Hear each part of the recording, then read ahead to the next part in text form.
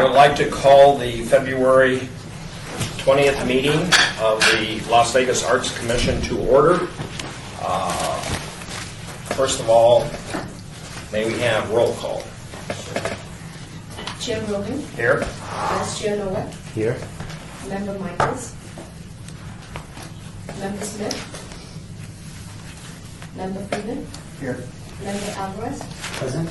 Member Benton. Member Shepsick. Here. Member Schneider. Member Diener.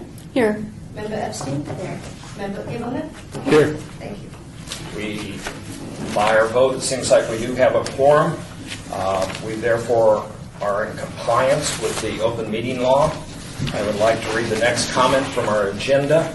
Public comment during this portion of the agenda must be limited to matters on the agenda for action. If you wish to be heard, give your name for the record. The amount of discussion as well as the amount of time any single speaker is allowed may be limited.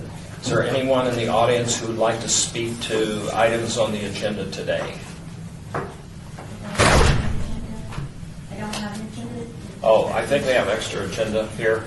What I'll do is at the end of the meeting, I'll ask the question again and give you a chance to speak if you'd like to speak. Thank you. Okay, thank you very much. We have minutes of meetings to approve, but unfortunately we do not have the December 19th minutes ready, nor the Education Subcommittee minutes ready. This is on agenda item number 4. We do have the Public Relations Marketing Subcommittee meeting December 19th are ready for review and approval. That's in your portfolio. Does anybody have any questions on these amendments? Paco, you're chairman of the subcommittee. Did you have any comments from these minutes? Not. I looked them over, and was I chair of that committee at that time, or when did I? Can't remember when. The 13th? Maybe not. It has me down as the vice chairman. Oh, I thought you were in charge of that. Well, I have no. You were in attendance on that. Do I hear a motion that we approve them? Yes. Okay. There's been a motion to approve the minutes of December 19th for the PR and Marketing Committee. If no one from the commission have any concerns or any questions, I'll hear a vote for passage. All in favor? Aye. Let it be noted that the minutes do pass. On to the next item, which is kind of the chairman's report. First of all, I would like to introduce one of our new members to the commission, Mark Abelman, who is taking Rob McCoy's position. Rob has graciously stepped down, kind of sunset law after several times on it, and Mark has consented to join representing which ward are you representing? 6. You want to introduce yourself and Sure. a little background? Sure. I am a business owner down in the Arts District on Main and Charleston. The company is called Inside Style. I work with my wife. I also am president of the 18B Arts District. I also am on the state Public Charter School Authority Board, so I'm really passionate about education as well. One of my most important roles is I have 2 daughters, 10 and 12, and that is really quite an exciting thing to be part of right now. So that's really the short end of what I am doing right now. But That is certainly a hands-full sort of agenda for something. I think so, without going into detail about it. Yes. Nancy is chairperson of our education subcommittee. She'll probably reach for you behind the scenes and afterwards to see if you'd like to serve on that subcommittee. We have a bunch of active things going, but you're welcome to look at other subcommittees and see what might be of interest to you. Okay. So appreciate it. You're right in the middle of art. Yep, I am. Welcome aboard. Very passionate about it. Very good. I'd like, on that basis, I'd like to report that we had a very successful dedication ceremony of the Nephili Art Project of the Public Works Department. Was well attended.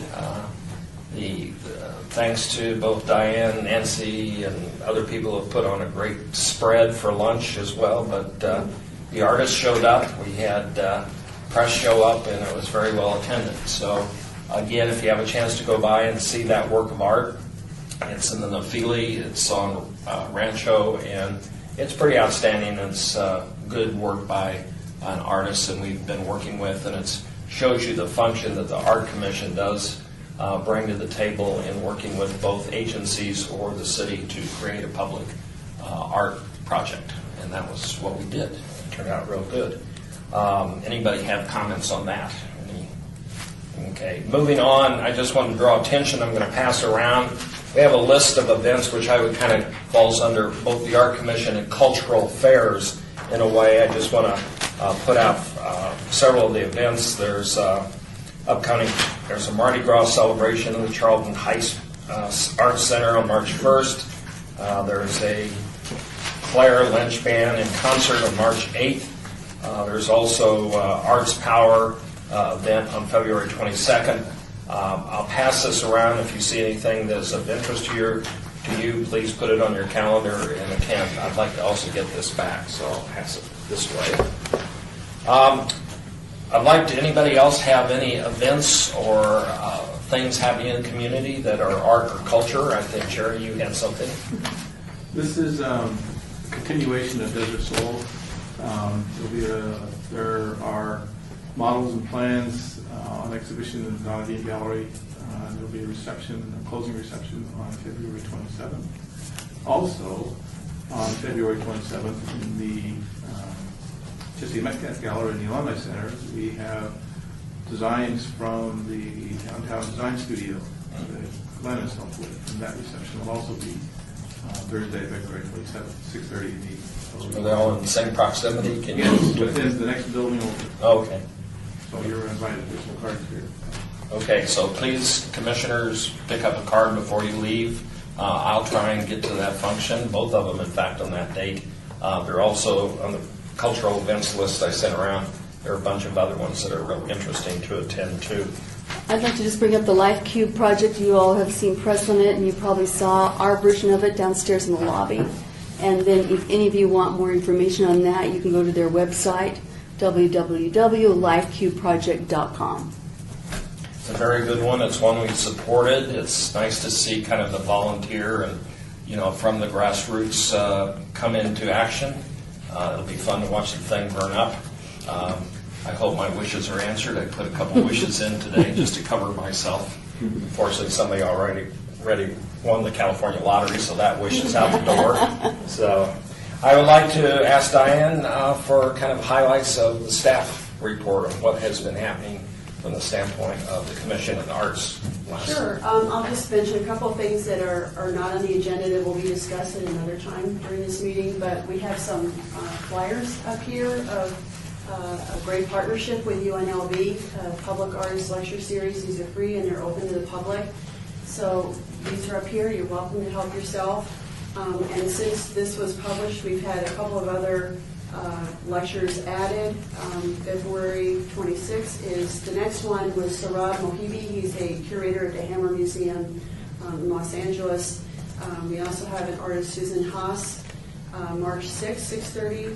We'll be at the 5th Street School, and you'll get information about this. And then another artist on March 26th. So those are in addition to the ones that are listed here. And the other item that is not an agenda item, but just an FYI, is we're moving along with the First Street Art Trail. We've had several bike racks that have been installed, and we have a couple of sculptures. One is a giant cat head by Jesse Smigel. Is that how you pronounce it? Okay. And that's going to probably be going in June. And then we have kind of a take on the geocache, only this is an art cache with some hidden boxes, and those will be installed this spring. And so we'll update you when those are installed. Okay, sounds real good. Just as a side note on your last statement, you mentioned the geocache or the art caches. I had a book published which used geocaching and artists over in Hawaii, and it just finished up. The geocaching contest finished up and was in the paper. Maybe we should do ours in Hawaii. Yes. On to item number 6. We recently had a subcommittee of education meet, and Nancy is chairman of that. Yeah, thank you. And I'm just going to give a brief update on our last committee meeting. Jerry Shefsek, Glenn, myself, Stephen met, and we've come up with 2 projects. And I'll let Glenn describe the project, kind of the Arts Bridge model project that he's going after, and that we've all decided would be a really worthwhile thing to do. So we're doing 2 projects. Glenn will describe the Arts Bridge UNLV project, and the other project is, many of you have heard of Box City projects, where students take cardboard boxes and they build cities out of them. It's been a favorite project of the AIA, American Institute of Architects, and the APA, American Planning Association, for years and years. It's been out probably about 15 years now, if not more. So we're going to partner with the local APA, American Planning Association group, and the AIA, because they work together on this project. And they don't call it the black, they call it the Black Cube, I believe. And we're going to partner with them on this project, we hope, and put the public art component of it in there. And what they do is they go into grade schools, and I think it's middle school is what they do, and they have the students build cities. So it's a way to teach kids about what is involved when you're building the city, about traffic and road design and building design and flow and ingress and egress and all the different things that go into building the city from a design standpoint. That's where the AIA comes in, and from a planning standpoint, that's where the APA comes in. And so we've always wanted to do one that incorporated public art as well. So that's the intention. I have calls into these people. It's the Nevada chapter of the American Planning Association Southern Section. And I've already made contact with the AIA, and everybody seems to be excited about it. We just have to work out the logistics. So our component would be to segue into their program next fall and put a public art component into this city that they built. Instead of using cardboard boxes, the local chapter of the APA used styrofoam cubes.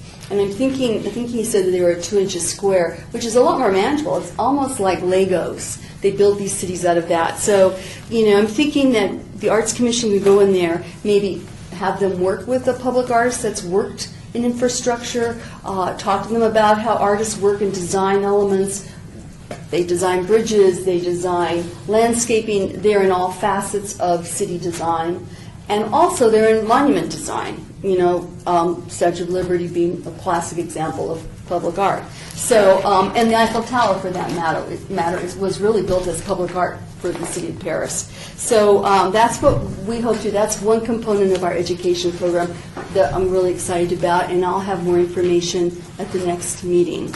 And I'm going to turn it over to Glenn to talk about what he's doing. At our education subcommittee meeting, we talked as well about having a partnership between the Las Vegas Arts Commission and high school teachers. Modeling this after the Arts Bridge program and what has been done similar to that at UNLV, but we make a distinction between what UNLV is doing, which Arts Bridge historically links college-level students in fine arts with teachers in elementary schools. We would be looking at partnering some of the professional artists that the commission works with high school teachers. And the idea is to design a project that involves the arts to teach some of the lessons that are already existing within the high school curriculum, but providing another means of attaining various learning objectives. So it's really a collaborative effort between the participating teacher and the artist.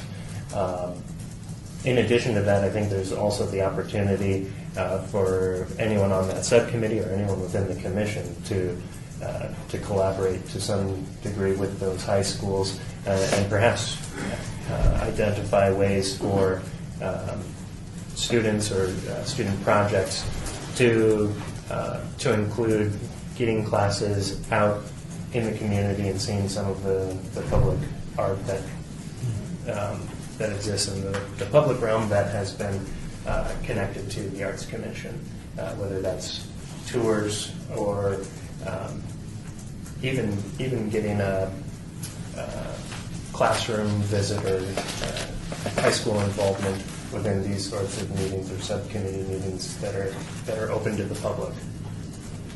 So I guess what we'd like to, is there any feedback from the rest of the commission about this? Any input? And also, Candy wasn't able to make it, Candy Schneider wasn't able to make it at this meeting, but we've been in dialogue with Candy as well. She's been in dialogue with Diane and then via me and then to me about focus. We talked about Downtown Achieves, which for those of you who are familiar with that, targets inner city schools that need help from the community. And so we'd like to target one of those schools, and Candy had suggested Gibson, so if we can, we're going to look at that. I don't know in which aspect we're going to do it, whether it would be with Box City or Black Box, as they call it, or with the Bridge Project. But we're going to definitely try to work with Downtown Achieve schools on some of this stuff. So if anybody has any input or would wish to work with us on any of this stuff, and like Glenn said, I mean, there'll probably be opportunity for everybody, I'm hoping, to get involved in some aspect of this. We really think that education is one of the most important things we have on our plate. So that's my report. This is a possible for action. Any action you request of the commission, or just Just support. If everybody is in favor of what the direction we're going in, I'd like to know. Okay. If any of you have further input or ideas or thoughts, visit with Nancy afterwards. If not, we'll consider this an informational item and move over to the next agenda, which is a report from our public relations and marketing subcommittee chair. I really don't have anything to report. Diane and I have not yet met regarding PR. Okay. As far as setting up a meeting between you, myself, and Diane and our PR people here at the city to see if we can maximize their tools, and maybe we can kind of re-energize our Twitter and our Facebook Okay. a little bit more. Let's try and maybe set that meeting up for next week then, if we can do that now. Can it be after the week of... Certainly. Next week is my 40th birthday, and I'm going on vacation. Okay. That's my priority. I'm going to Big Sur, California. I went to the cabin, and I'm going up there. And Granola for a week. So after the 9th would be it. The best art is nature. So. Well, might I suggest that we have a young person with our PIO staff that's just been hired by the city who focuses just on Twitter and all of the social media. So that would be the meeting we'd set up with her. She's kind of a junior staff member at this point, but she's very great, very energetic, and is all over social media. So that would be Diane and I'll get together, and I'll ask David Riggleman as the PIO if we can't meet with his staff person. So. Sounds good. I'd like to move on to agenda item number 8. This is also a possible movement for action.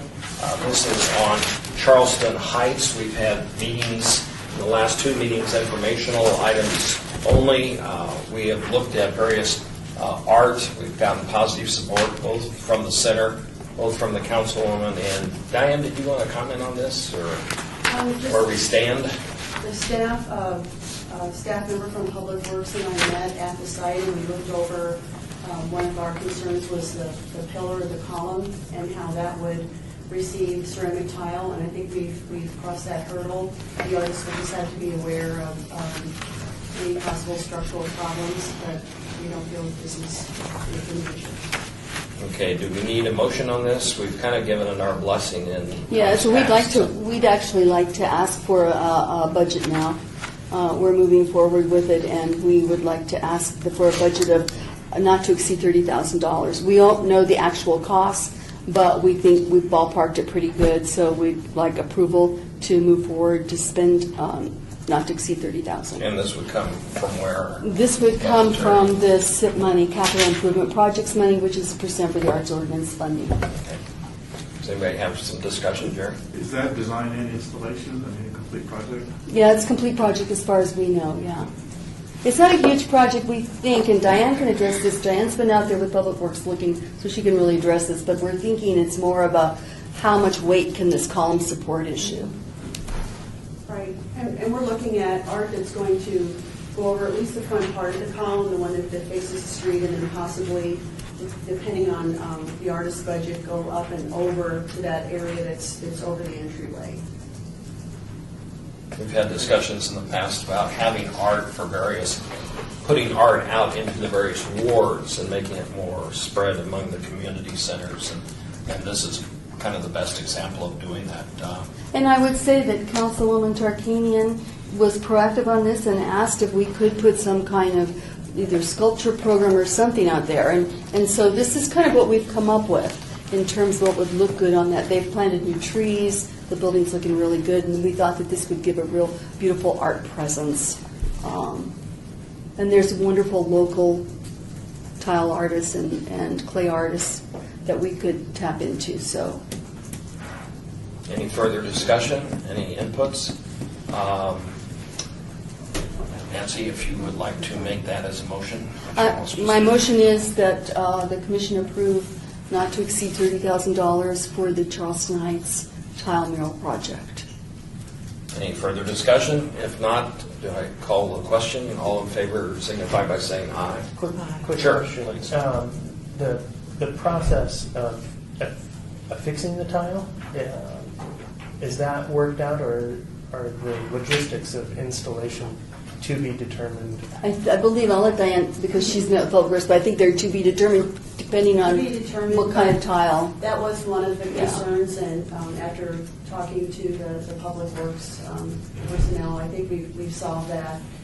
It has a very rough surface at this time, so apparently it will not be difficult to put that, I hesitate to figure it out, but some type of material, adhesive material, so it should work out.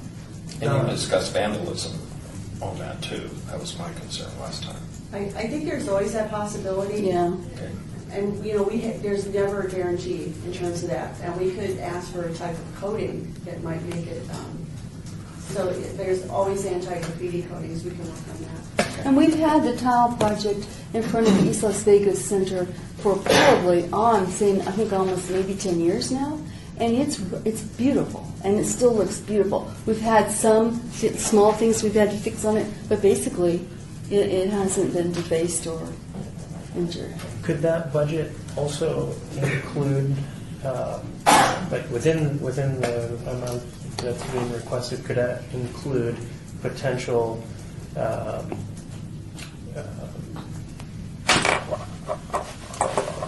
demolition of the stucco? Like I'm guessing, depending on the method of us fixing the tile, instead of adding more material to it to get a smooth Right, surface, to chip off the, that you might yeah.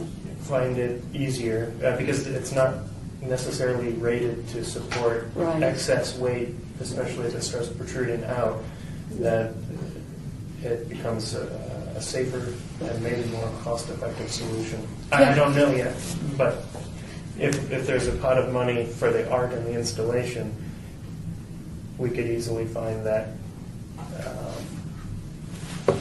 the artist comes back and says we need $5,000 more to take the stucco off. Well, here's my question, I guess, for you, in that, and and I'm hoping you have an answer. We guesstimated 30,000 because we really don't know. Public Works is still working on this with us. It may be that we wait until next month when Diane has more meetings with them. I mean, I just wanted to get a budget appropriate. We figured 30,000, but when I'm hearing you say this, is that it could be 30,000 for the other, but demo could be another 5. I don't know, Yeah, and that's a really good point. I think 30 is plenty high. I think like you could create an impressive piece. I think for that amount, but we should maybe think about it possibly requiring partial demolition and or within that budget a mock-up to really test the proposed makeup. Right. If it is going to be tile affixed to the existing. Well, the Public Works people that's their whole thing is safety. So that's the way they're looking at it in terms of what could it hold, look at the, I don't know what they call it, substrate or whatever it is, what weight load could it bear. So they're all over the part of like, they're not going to put it up and let it fall down if they can help it. I mean, I know that they are, and are they going back to look at it? One of the conditions is that the artist is going to have an engineer look over his or her plans. And so that's going to be additional cost to the artist. It could be anywhere from $500 to $1,500. What Public Works is hoping is that there are drawings that that show the composition of this pillar and also the area overhead. And if there isn't, then the structural engineer is going to have to examine the pillar just to make sure that it will withstand it. But the idea of taking the outer coating is always a possibility. Why don't we lock in the 30,000 with a vote, subject to final definitive plans and estimates, so that we know on the back end, so we still get a final number, which might be less or more. I have a quick question. So do you typically allocate the money first or vote on the money and then find the artist? Is that the process? Kind of already found the artist. Do you have? Yeah. Well, we haven't necessarily, we're going to go local. You know, there are some people who voiced interest, so we know, we kind of think we know, but. You know the direction to go, but you got to. Yeah. We have a process that the city goes through in terms of putting RFPs out, but we also have a fast track system where we can just go directly and directly solicit too. So generally, we ask for the money, we ballpark the price, we talk, we usually come pretty close, although we've had some giant misses. We've ballparked 250,000 before, and they came in at 1.25. It's like, oh, we missed that one. So, you know, it's kind of a guess. We did at a previous meeting look at some designs for the thing that gave us some direction. So. And that's since I'm the new guy on the block. Yeah, no, that's fine. Yeah. And please coordinate with Diane if you have further questions. Yeah, for sure. She can get you if anybody has specifics, we can get more information for you. It's a good question. Down the road, if something were to happen to it where it would need maintenance or repair, does that cost come back to the Arts Commission, or? It does, but we have a maintenance fund. Okay. Yeah, we maintain a maintenance fund for all of our projects. So, There is a motion on the floor, but if you want to make that again and amend it, or I make my motion to spend not to exceed $30,000 on the Charleston Heights tile mural project, with the caveat that what you said really beautifully. Could you repeat well, that? subject to final Yeah. plans and budgetary costs. That would carry. So yes, $30,000 cap. Second. Okay, it's been moved, seconded. All in favor signify by saying aye. Aye. Thank you. Motion is passed. We look forward to, could you send out an email to Councilwoman Tarkanian, Oh, yes. just putting her on notice Oh, yes. that this is in process and we've approved it? She would Yes. like to know that. Next we have is number 9, discussion still pertaining to the possible relocation of the paintbrush gateway. All right, We're really so, talking one paintbrush, as I understand. well, we're kind of talking more than one paintbrush. We're talking both paintbrushes in reality. But I will say, and here's my only update on this. After much discussion, and Paco brought up the idea of moving one paintbrush down from Charleston and Fourth, and you can correct me if I'm wrong in any of this, moving it up the street, probably parallel to the paintbrush that's in front of the Brett Sperry Gallery, forming more of a gateway. That was one conversation, and everybody, the commission was on board with that.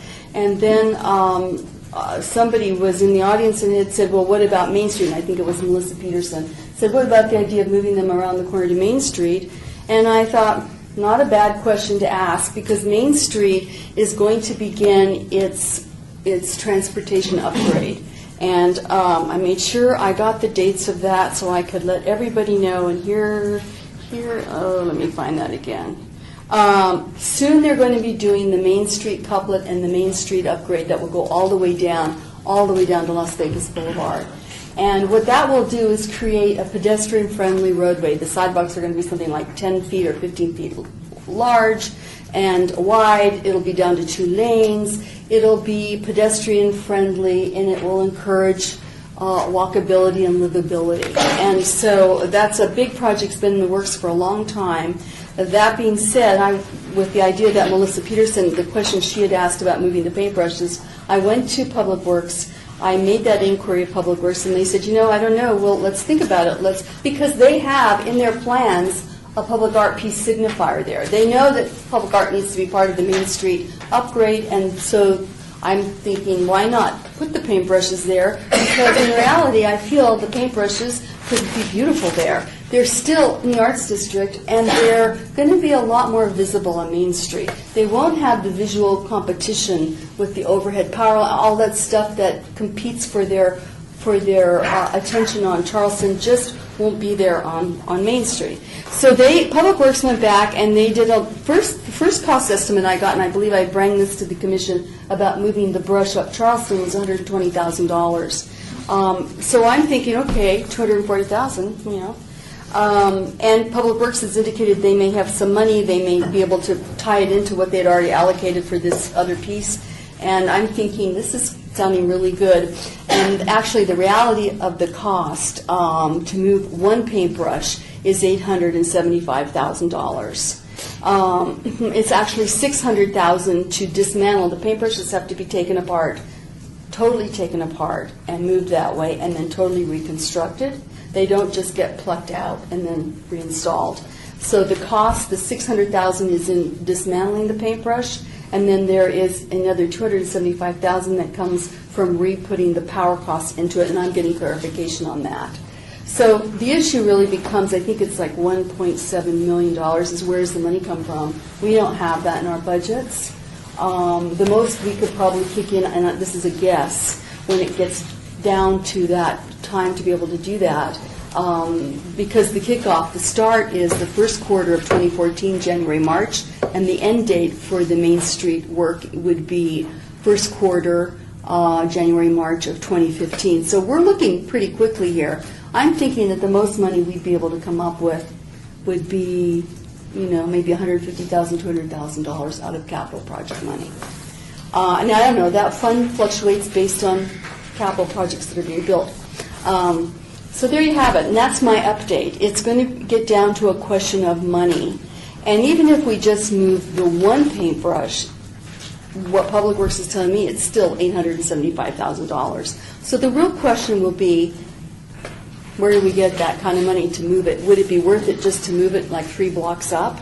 And I don't know. So that's my update on that. My discussion, and I'd like to hear from everybody else who might have opinion from hearing that, I would rather spend that money on new art somewhere than try and move a paintbrush. And if you remember, I jokingly said the other time, which you said was also expensive, let's put a bunch of paintbrushes down Charleston and make it a real art district look. But my preference right now is let's save our dollars, look for additional works that we can stick into the art district if that's our goal. If the paintbrush is being obscured where it is, the one we want to tear down, let's tear down the buildings around it and get more spacing. But that's my opinion, so I'd like to hear from other commissioners. I'd like to say, too, that I'm going to keep digging into this. This was an estimate, so I'm going to keep looking. Because if there's any possible way, I think it's actually a great idea. But it will boil down to money. Okay. I mean, it doesn't take a rocket scientist to figure out that we paid too much for them in the beginning. I mean, we bought it new. Let's face it. I mean, we bought Dennis Oppenheimer's name. And, you know, I spoke to a friend of mine at a local sign shop, and he basically told me, he says, we could have probably done those paintbrushes for $100,000. I mean, there's nothing fancy about them. But, you know, just to hear Public Works say that it's going to cost over $1 million just to move them, I'd like to propose that we actually get a private company to give us a cost estimate of what it would cost to move it. But, you know, it is what it is. I mean, they fail as art. During the day they disappear. At night they come alive, but they're so far apart that they don't create the gateway that was meant to be, what they were meant to be. So, you know, yes, I would rather see $1.8 million spent on a work of art. I would like to see a local artist, if there is one anywhere, that can produce a nice work of art to do it. But, you know, I just don't buy that it's going to cost $1.8 million to move them. And I just find that silly. And in either case, that's just my opinion. And I just kind of want to put my opinion there too, just only because I was on the commission during this time. And while it's not, I don't know in retrospect if it's Dennis's best work, I don't think he phoned it in. I think that he did the best he could with what he had, and that there were a lot of restrictions there. But I don't think in my opinion, they don't fail as an art project. That's just my opinion. You know, we all have our own opinion, so. Any other discussion? I personally believe that where it is presently in front of Seagull Sweeps does not work for it at all. And rather than just abandoning it and leaving it there, I would think that it would be worthwhile to look into seeing if there can be any cheaper way of moving it to create the original effect that it was supposed to have. Because I think put together it could actually be a very good project, and we have invested a lot of money in it to Yeah, we just have. abandon it, you know. Oh, well, no, that we're going But to I mean, abandon but it. I mean, just let But it yeah, be lost in that location that it is now. Are there private companies that'll bid for this, and that will be with like a tenth of, or let's say 20% of what the public works quoted, when they're reasonable? It's a matter of putting it out. I mean, there are rules that the city has in regards to bidding those types of projects. well, let me just say that I don't know that the city would allow a private company to come in and just do it without any input from the city. But I think, Paco, what you had mentioned was just to get up, what you're trying to find out is Public Works way off base. You just want to get, and probably Alice, you too, you want to get a comparison. Is what Public Works saying the actual cost, or is there some other cost? But I don't know that the city would allow a private company to come in and totally do it. It's on the public right-of-way. I'm not sure, actually. Maybe subcontracted.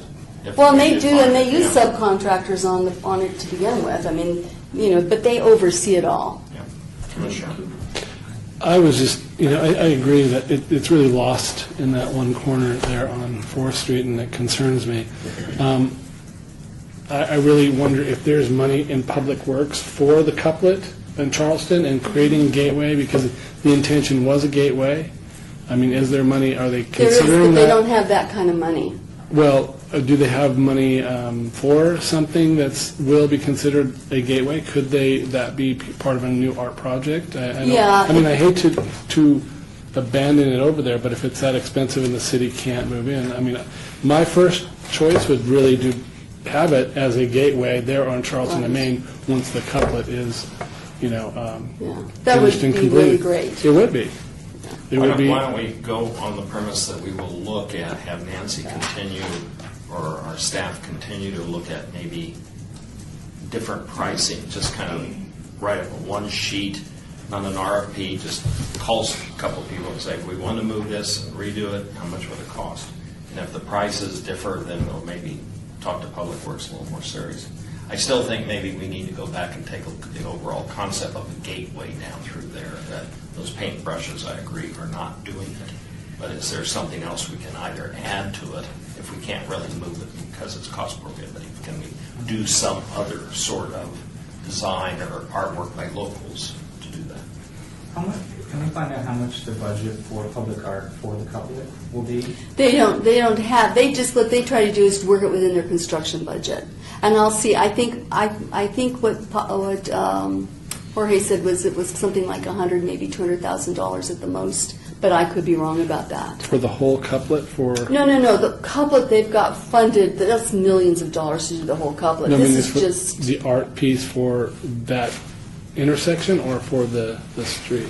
for Main Street, Okay. and I know that he came and showed that PowerPoint at the Yeah, yeah. ATV. Well, remember where he had that palette-looking thing with the paintbrush sticking through? That's just a placeholder for where they're suggesting Right. a piece of public art could go. Yeah. And so they, when I've worked with Jorge on these projects, just like on Ogden, we don't have any money for this public art piece in Ogden, but we're going to carve it out of their construction budget. Now, what that budget is right now, I don't know, and they don't really know either. So I can ask if he has a finite dollar amount, and if he does, I'll bring that back at the next meeting for the Main Street piece. This was a discussion item. Is that acceptable? Would it give Nancy some direction to go and see if there's alternatives or funding or lower pricing to accomplish the goal? So our goal is still looking and moving at least one, if not two, but certainly more. Okay. And I'll also find out if there's a way, and I will I will voice the concerns of this commission, that they are concerned that $875,000 is too much, and is there a way we can get that at a lower cost? And what would we have to do to find out about that? And I will make those inquiries. I would like to move on to item number 10, which is a discussion for possible action regarding review of our deaccession policy.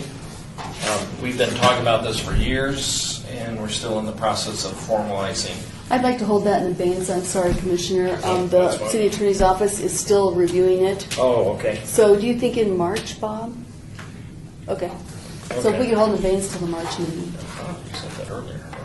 All right. No, my fault. Number 11, report regarding the Scott Cohen Life Cube project and the downtown burn. No physical impact, all wards. If you notice, there is a cube. Mr. Chair, we need to take a vote on the abeyance for item Oh, 10. Okay, do I hear, because it is a possible action, so we're having a motion for abeyance of this issue to the March meeting. All in favor signify by saying aye. Aye. Good. And that will be March 20th. Okay, March 20th. Okay, the Life Cube project in the downtown burn. Anyone want to speak on this? We have a cube in the downstairs lobby. Any thoughts? Yes. Scott's been working very diligently on his on the cube down on 9th and Fremont. I would really recommend all of the commissioners, everyone in the room even, to go down there, take a look, pick up a paintbrush, and leave your mark. It is a fantastic work of public art. He has worked day and night over the last many months. Has taken cubes to local schools, to businesses. They just delivered the one at Zappos, which is one of the largest ones outside of the main cube project, which we'll be painting over the next month. He's not making any money off of this. He is working from the kindness of his own heart, has raised a lot of money just in materials and all that. The artists that are out there painting it, building it, the architects that have been involved, it's really remarkable. And the fact that it's going to be burned on March 21st is even more exciting. There's a lot of chatter, and again, on Friday, this Friday at 7 o'clock, they're actually going to light it up. They have over 1,000 lights on the cube itself, and so it'll be beautifully lit up. There's going to be a drum circle out there, there's going to be dancers, there's going to be DJs, music, all these people, there's a couple thousand people out there. And then the day of the burn, on the 21st, they're going to remove all the lights, and then that night they will ignite it. Very good. Here's his PowerPoint that he presented. If anybody wants to see it in hard copy, I'll send it around. Is there some sort of proclamation that he said he's going to make for the Well, day? the commission's actually supported it by vote, I think, at our last meeting, so we're in favor of it. But I don't know if there's any proclamation going on. There may be, I don't know. You had a good point. He's put a lot of enormous volunteer effort in on this for a lot of hours. Not a lot of people would do what he's doing. What it is, it's a Act of courage. It's a great grassroots project, which is non-controversial, so everybody can get behind it. Oh, it's controversial. Well, Oh, and there's a lot Well, of it's art. It's art. There's a lot of art theorists in this town that don't think it's art. All art's controversial, That's right. hence our meetings. Does anybody else have any more on this subject? We're behind it. We'll be down there March 21st. We encourage everybody to With our go. marshmallows. Marshmallows. I said I'd bring marshmallows. Okay, moving on to item number 12. Diane or Nancy, you want to discuss this? I'll jump in on this. This was an initiative actually driven by Councilman Beers. He wanted to see all the public art we've done online, be able to look at it virtually. And so that's spearheaded this whole initiative. And Lisa Stavanis has been working with his office on trying to identify all the city's public art. It kind of mushroomed out from there with lots of people getting involved in what it should be. And so here is what we corralled it into this program. So soon, very soon, you will have online, and we'll make sure everyone knows how to get to it, you'll be able to pull up all the public art projects that the city's commissioned since 1987. This commission, I know I've sat on it for 23 years. hammered. Anyway, so all those years have been a lot of things that have been done. Now, not all of them are still there, but most of them are. And they're just kind of hidden little gems. So they will all be, that's phase one, identify all of the city's public art commissioned by the Arts Commission located within the city boundaries. Status is done, but site is still being edited. So that will be the first one up, and it should be up March, April, I'm thinking. The second phase, identify all of the public art located on higher education campuses, which is a lot easier. We just call you guys. Third phase, identify all of the public art located in libraries. Fourth phase, identify it in county, state, and federal buildings. Fifth phase, identify all of the public art located in the county commissioned by the county's Public Art Committee. And the sixth phase, identify groupings of privately held public art, for instance, the collection at City Center. So ostensibly, somebody could come to town, or somebody who lives here could go, I want to see this grouping of public art. I want to see what's on all the college campuses, or I want to see what's the libraries, and you'll be able to access this site. Now, right now, this site, from what everybody tells me, is kind of not crude, but it's simple. You know, so we're talking about putting layers and putting apps to it, which we hope and we're pretty sure will come along as we progress. And it kind of gets, Brian, to your thing about social media, and this is like a great social media project, I think. So that's my, soon you'll be able to get on there and see it, and you'll be able to locate it. It'll have the address, a picture of it, so you'll be able to see how to get there. Okay. That's the public art map online. Anybody have any further discussion? I'd like to add to that. Nancy, I just had a conversation yesterday. There was a person that just moved into Las Vegas a few months ago, and she had mentioned that she's been working with First Friday and said, you know, where's all the public art? She said, there's actually a lot. There's no good website to send people to. And I think this is a great project. Mm-hmm. And the fact that the city's really spearheading that shows, and that it's the Arts Commission and Cultural Affairs shows leadership instead of us being so siloed. We just said only the city. At least now we're thinking broadly and really looking at public art in the community. Well, and it's a lot. And Paco, to that point too, I will say that when you start looking at stuff like that, there is so much public art out there, and has been for years, that when you try to identify it all, it's just like your eyeballs go like pinwheels. So we try to do it in chunks like this. We won't get all of the private public art. I mean, there's public art in bank buildings. There's public art everywhere. When we first started working on the Neon Museum, Frank Wright and I went down and started walking around to identify the neon, and it was just like we made 3 blocks down in Casino Center and we turned back because it's just overwhelming. So it is great, but there'll probably always be people going, well, wait a minute. That mural down that alleyway isn't on there. So it'll be a work in progress forevermore. We'll probably wind up getting field workers and people that will help us with this. But you're right. Thank you. It is a really kind of exciting project. And kudos to Councilman Beer's office. Is there, how much money have we allocated towards this project? Or None. is there any way we can get some grants that can assist us? Possibly. Possibly. We just went out of the chute with this one now. Now it's taken on a head of steam. It's not what we had intended, but it's a really great thing. So that's a good point. And probably be something we should look at. Yeah. And again, by March and April, you'll have kind of at least a cutoff date to see the preliminary look at it or whatever. Right. So Right. you'll be Yeah. able to add to it or. So as soon as it's up, we'll shoot you all an email so you can go there and make your comments. Okay. Any further discussion? This kind of leads into the next item, which is about the website. And I'd like to introduce Patricia Harris from the Office of Cultural Affairs, and she's going to talk about the website, because last meeting I couldn't explain it, and she can. The City of Las Vegas is currently going through a changeover of how it does its websites. We're switching from what we use as Red Dot, and they're going to Microsoft software. So they're changing out all of the websites.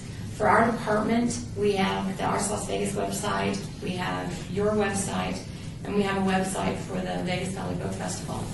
All of those sites will have to be totally rebuilt to go into the new city software.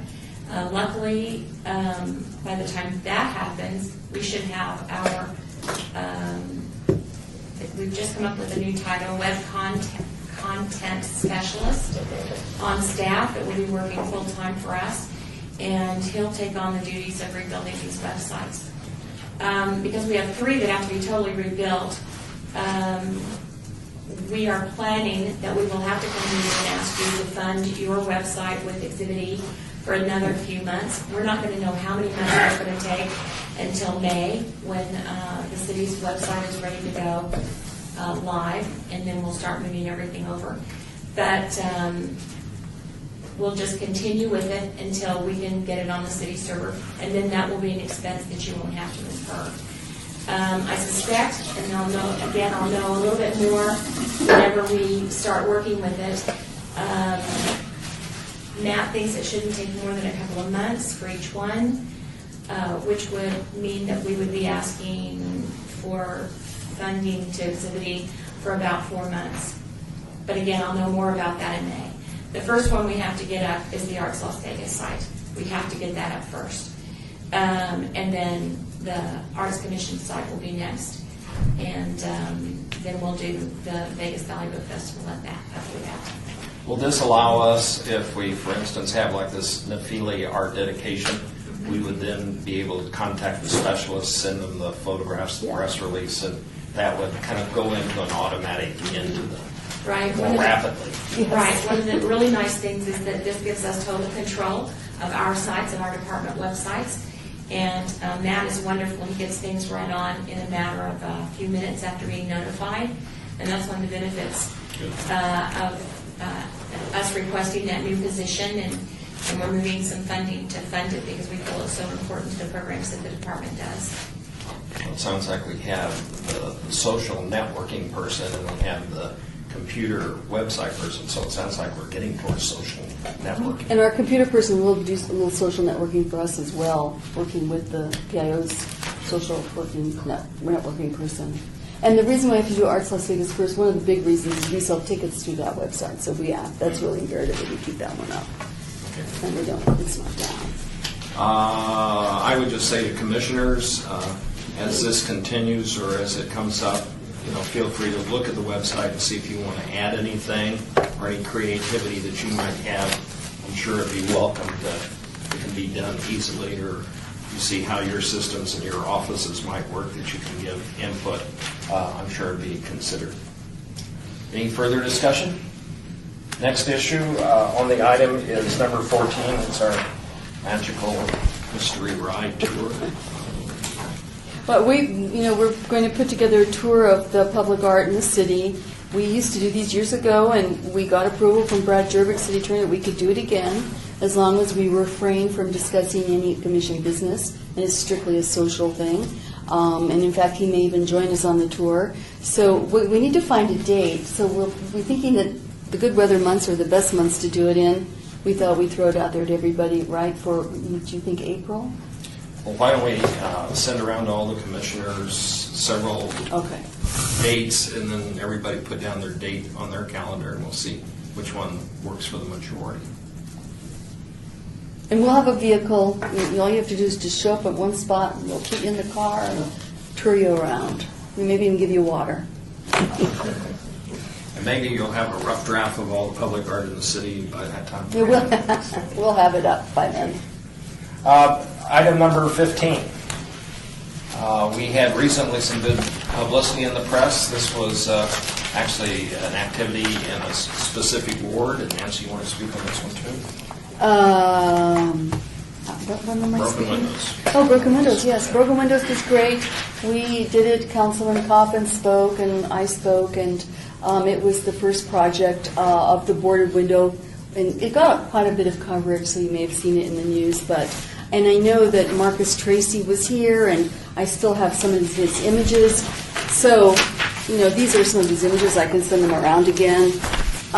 The whole idea was to board up the windows of vacant houses. Many cities do it. The one we really looked at was Cincinnati. So we're doing this, and Marcus has been paid, I believe it was $16,000, maybe a little bit over, from the commission to do this. He's painted 10 boards, and he's installing them, and they're really wonderful. But code enforcement said to me at the dedication that they'll go through those boards in 4 months. So at the end of 4 months, what do we do? So this is the question for the commission, is how do we keep this program going? obviously, and I asked Marcus, I said, Marcus, do you want to keep painting? He goes, no. I mean, he loves doing it, and he's great at it, but it's not like he just wants to paint boards for the rest of his life. We have to figure out another way to do this program that's more cost efficient. We obviously don't want to spend $16,000 every 4 months. So that's kind of, I just wanted to make the commission aware of that. We'd had some discussions, internal discussions about wraps. I had asked Marcus if he would mind if we made wraps of his designs that we could put on windows. That may be one avenue we go to. Councilman Coffin was interested in having artists volunteer. So if any of you have any ideas, please bring them forward. We have a few months, the clock's ticking. Any thoughts from any of the commissioners? I mean, this could go into the education for finding a classroom or somebody who would want to go out and either repaint the existing boards up or... The thing of it is, you don't really want to go on site. Like the Cincinnati project was done on businesses that there's the public right-of-way sidewalk and there's the storefront, like a brownstone. So you're standing on the sidewalk in the public right-of-way and you're doing these, that's one thing. But these houses are in neighborhoods and in areas where you wouldn't want to send. In fact, we didn't even have Marcus paint them on site.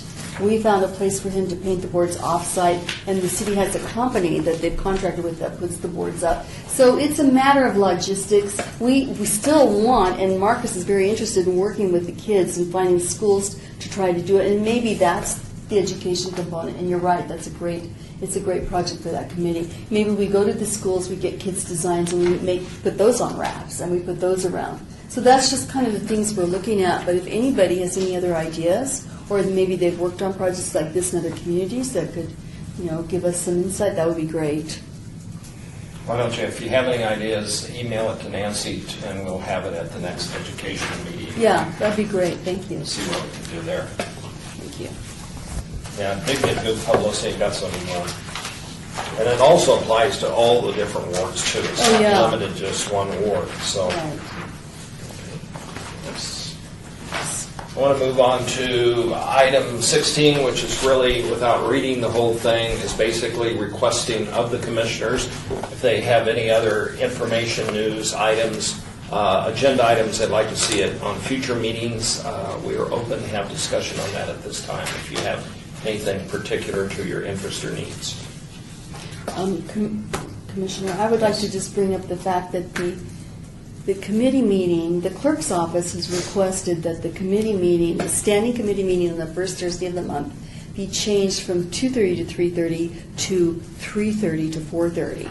And we've agreed with that change, and actually we think it's a better change. It works better for them because they have a meeting that butts right up to it. Works better for us because at the last, I know Glenn, you, and I know Jerry, you are coming from the university. It's hard to get here. It'd be easier for you to get here an hour later.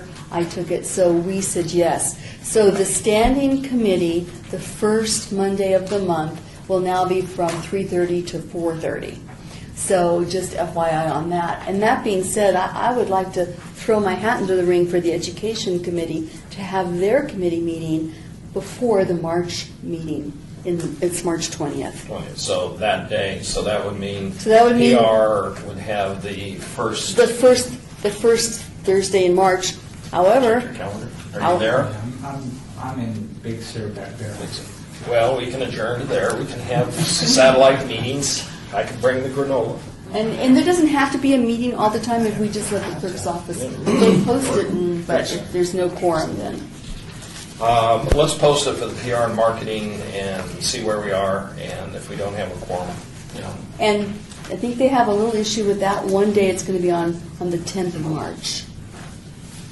Oh, for the next right. Monday, the 10th of March. That Monday only is the only time they could. It's the 10th of March for next month only. Thereafter, it's the first Thursday. How does that work to your schedule? Or you're still March 10th?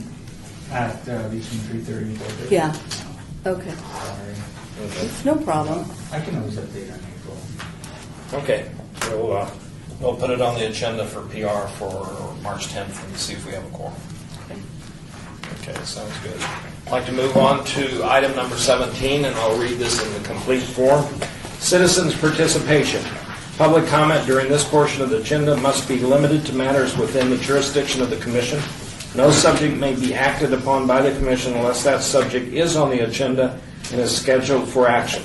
If you wish to be heard, give your name for the record, the amount of discussion on any single subject, as well as the amount of time any single speaker is allowed may be limited. Is there any person in the audience, any citizen wishing to speak on any items that are on today? Yes, ma'am. Yes, my name is Janisha Hawthorne. Can you stand up and speak loudly?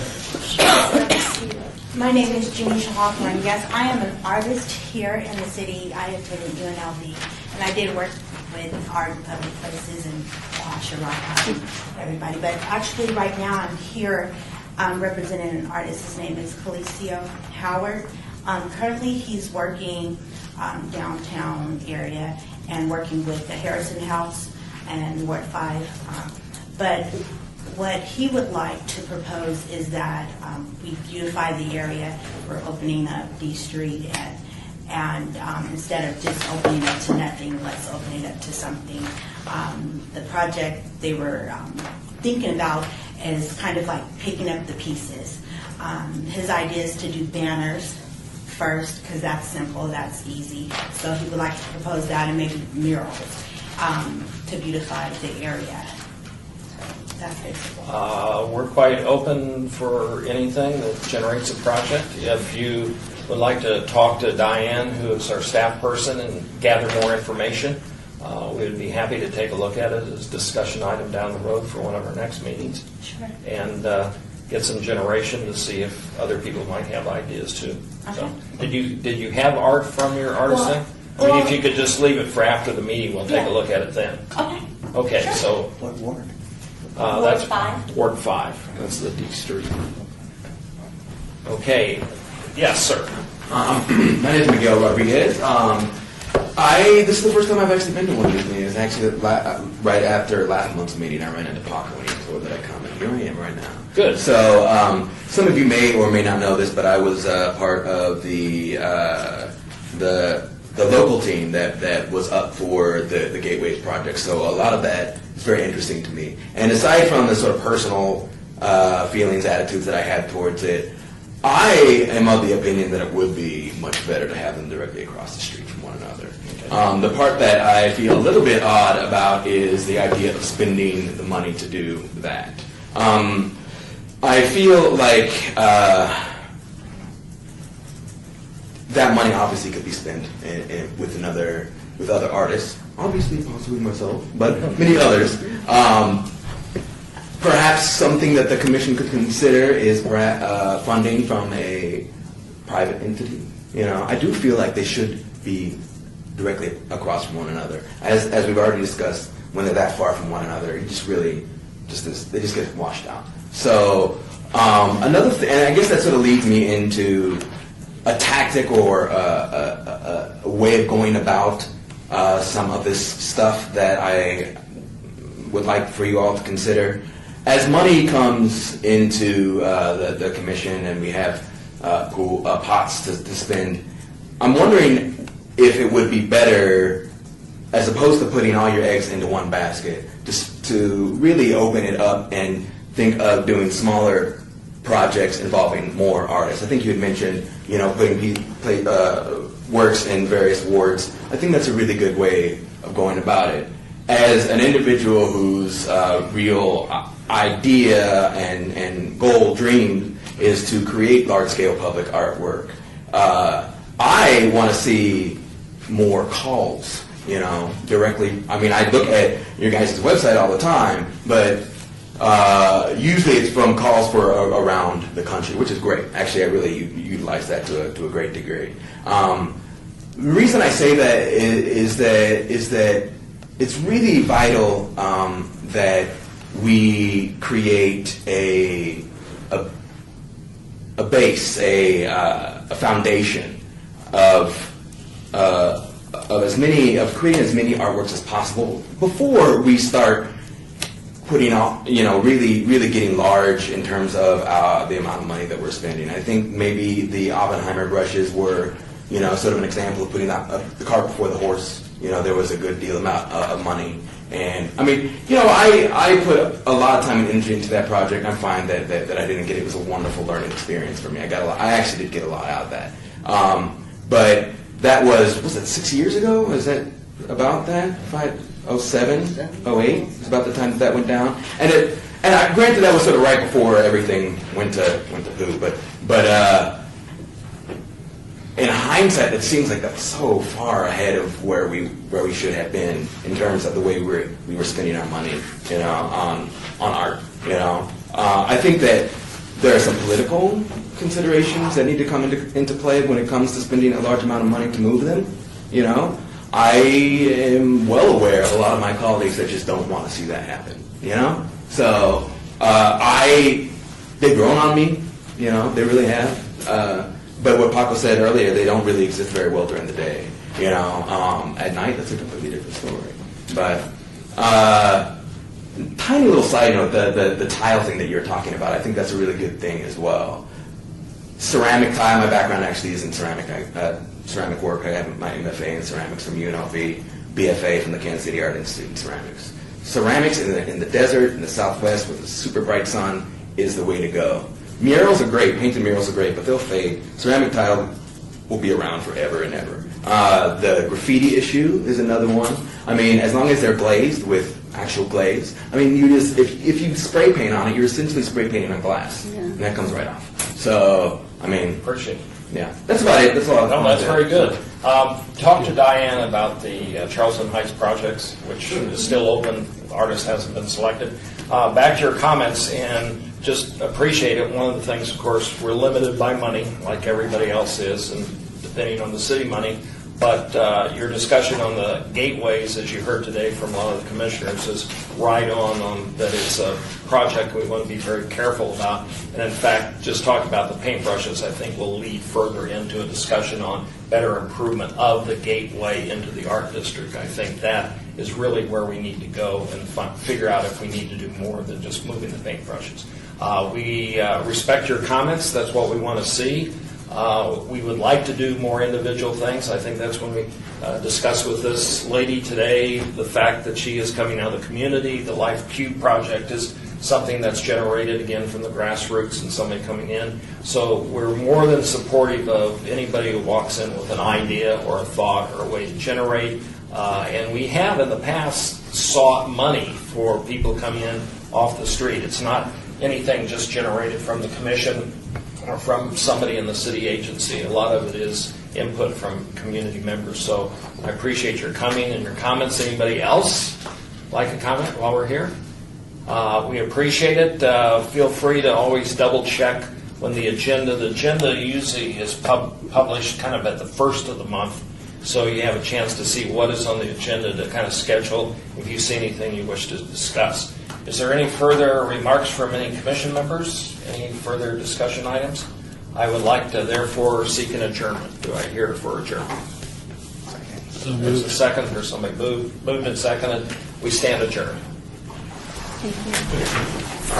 Thank you for coming.